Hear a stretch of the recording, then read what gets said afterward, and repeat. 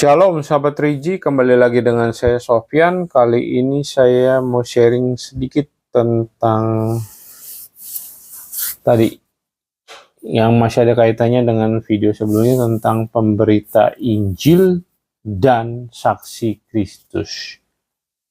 Kemudian setelah saya tadi nonton khotbah, dengar podcast, ada yang menarik, ada yang tidak menarik. Apa yang saya temukan bahwa kalau yang menarik itu bagi saya pribadi ya, itu pengalaman-pengalaman hidup.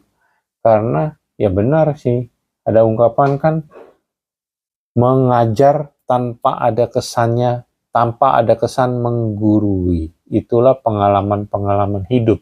Jadi saksi, kita mengalami, terus kita saksikan, kita sharingkan, atau kita menyaksikan pengalaman orang, mendengar pengalaman orang, itu memang kayaknya lebih lebih menyentuh hati ya. Karena apa yang berasal dari hati, itu pasti kembali ke hati. Apa yang berasal dari hati, pasti menyentuh hati, sedap. Tapi kalau misalnya khotbah-khotbah yang tadi ada satu atau satu lah ya. Di sebelum-sebelumnya juga saya kan termasuk pendengar khotbah ya. Sering-sering dengar khotbah di podcast di YouTube yang berhubungan dengan kekristenan.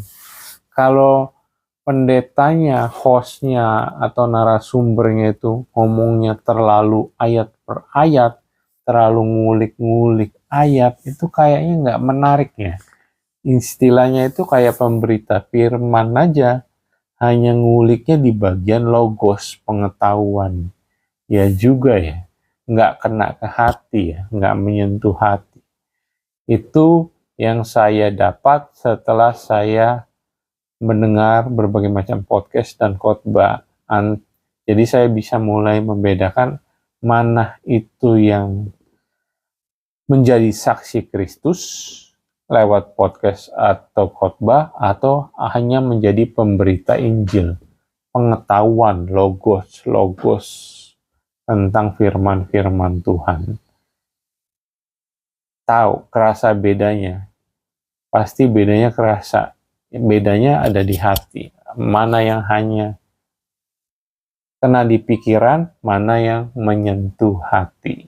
Itu perbedaannya. Demikian sharing saya. Semoga bermanfaat. Silakan share jika bermanfaat. Terima kasih sudah menyaksikan. God bless you all.